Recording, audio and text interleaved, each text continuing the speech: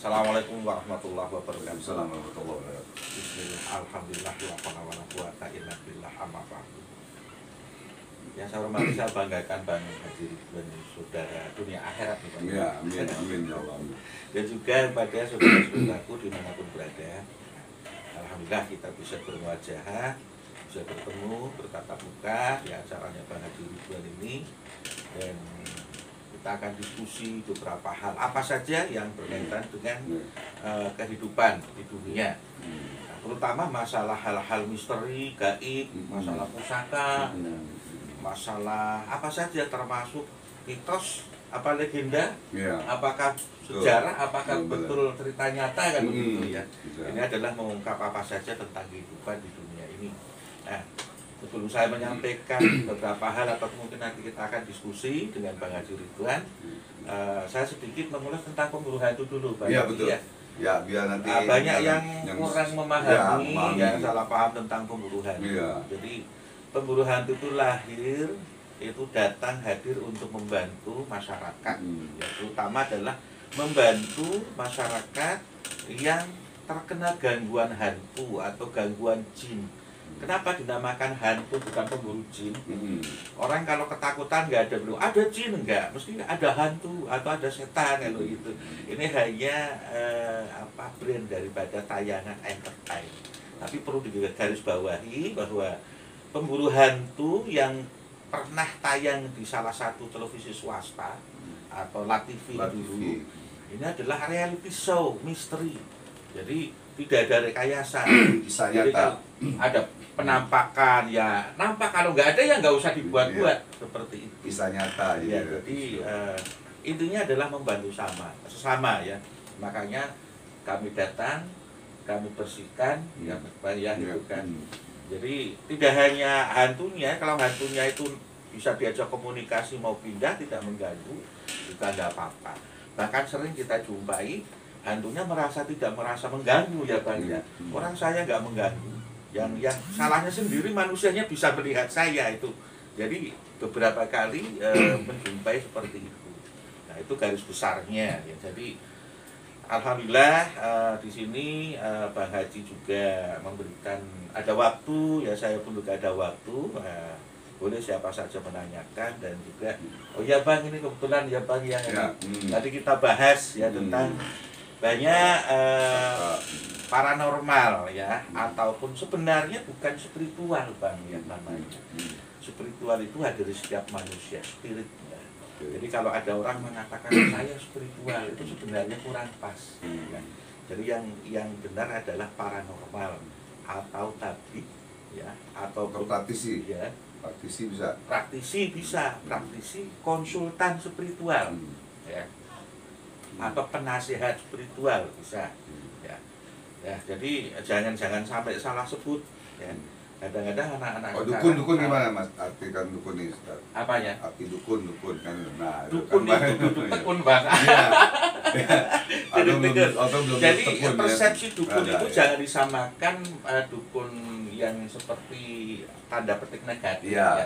Seperti dukun pijat, dukun bayi, itu kan gak sirik ya. Nah, kalau di Indonesia pada umumnya, khususnya di Jawa itu Sunda itu termasuk juga di Pulau Jawa, Banten di Pulau Jawa itu punya punya keyakinan ya, ataupun punya budaya ya. Jadi bahasa sendiri ya. Nah, seperti dulu ya, belum ada kalimat rupiah, pakainya jambi-jambi, mantra itu doa. Mantra itu asli bahasa Sanskerta atau bahasa Jawa. Kalau bahasa Sundanya jampe ya. Nah, kemudian suwu. Nah, itu adalah sebenarnya arti daripada rupiah. Rupiah ini adalah bahasa Arab. Seperti doa. Dulu sebelum orang Indonesia mengenal kalimat doa, pakainya mantra, karena mantra itu adalah doa. Jadi jangan dikatakan, divonis bahwa orang yang membaca mantra itu syirik.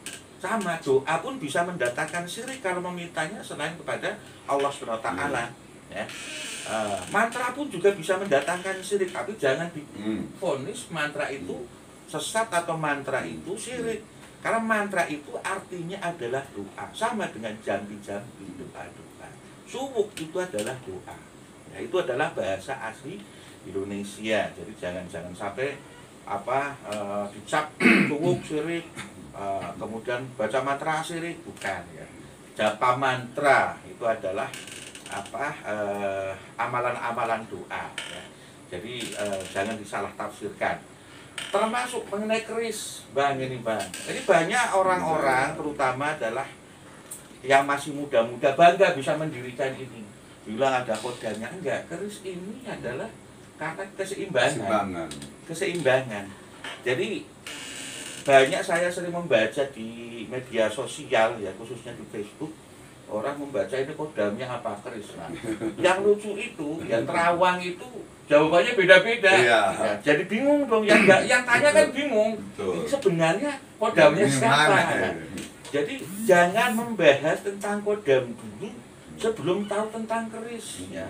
Keris itu yang perlu kita ketahui adalah estetikanya terlebih dahulu, keindahannya, bentuknya, budayanya. Ya.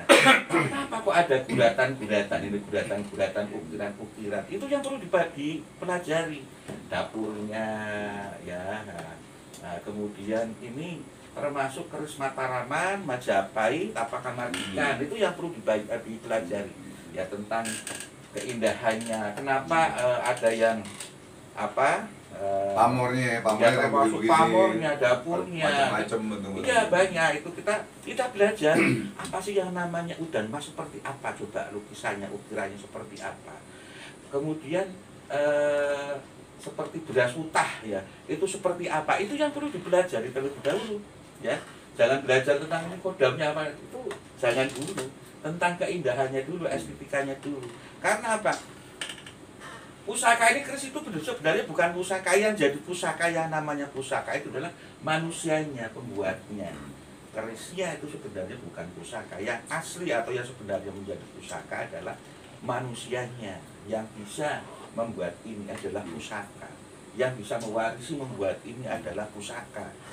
Ini, benda ini tanpa adanya kehadiran manusia yang mempunyai keterampilan atau mempunyai keahlian membuat keris, maka keris itu akan hilang dengan sendirinya. Lama-lama akan hilang ya. Dan nanti bahas lah tentang keris, kita khusus ya tentang dapurnya, kemudian tentang panjang ya pamornya, panjang nanti. Kita khusus nanti bahas tentang keris. Tapi ini adalah contoh, ini adalah keseimbangan. Jadi jangan bangga kalau keris bisa berdiri, bukan. Kayu aja bisa berdiri, bambu aja bisa berdiri, Bang. Bambu diruncingin, didiriin, asal diganjel mesti bisa berdiri. Ini bisa seperti ini, juga bisa seperti ini. Nah, ini keseimbangan, Bang. Nah, contohnya. Ini adalah keseimbangan. Terus tenang.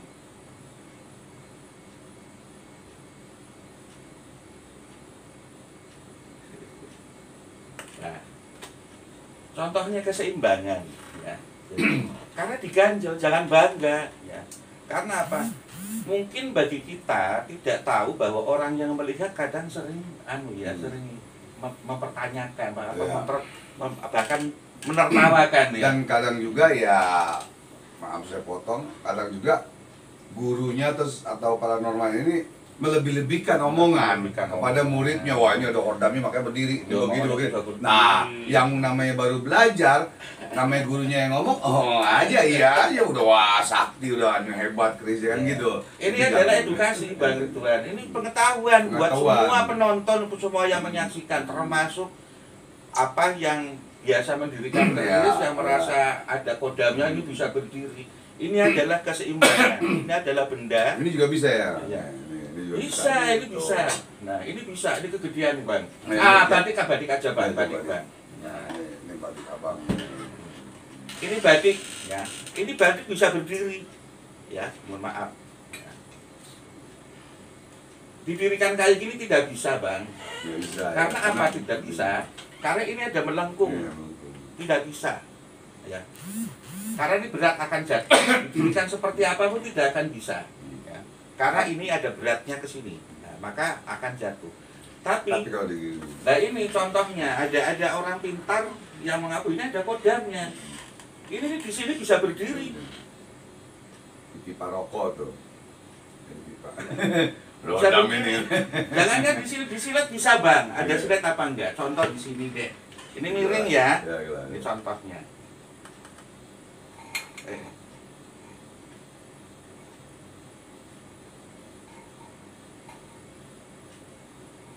Ini kasih yang penting imbang, seimbang.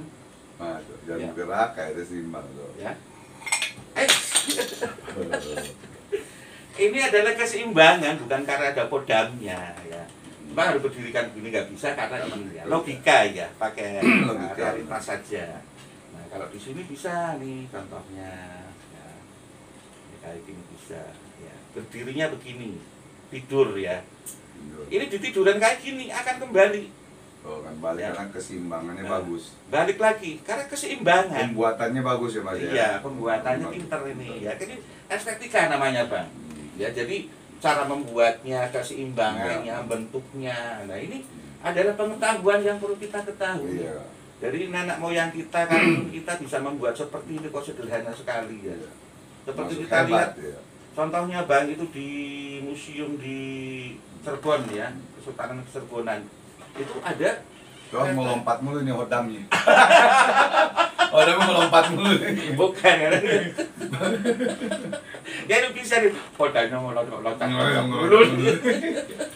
Belum adalah benda mati ya. Jadi kenapa kita dikasih minyak itu aja perawatan ya. Kita akan bahas nanti lah, nanti terlalu panjang. Ya. Saya kembali kereta kencana yang dari Cirebon itu Bang. Itu shock bekernya luar biasa, bisa empuk. Itu adalah teknologi nenek moyang kita dulu. Itu juga nanti time ya.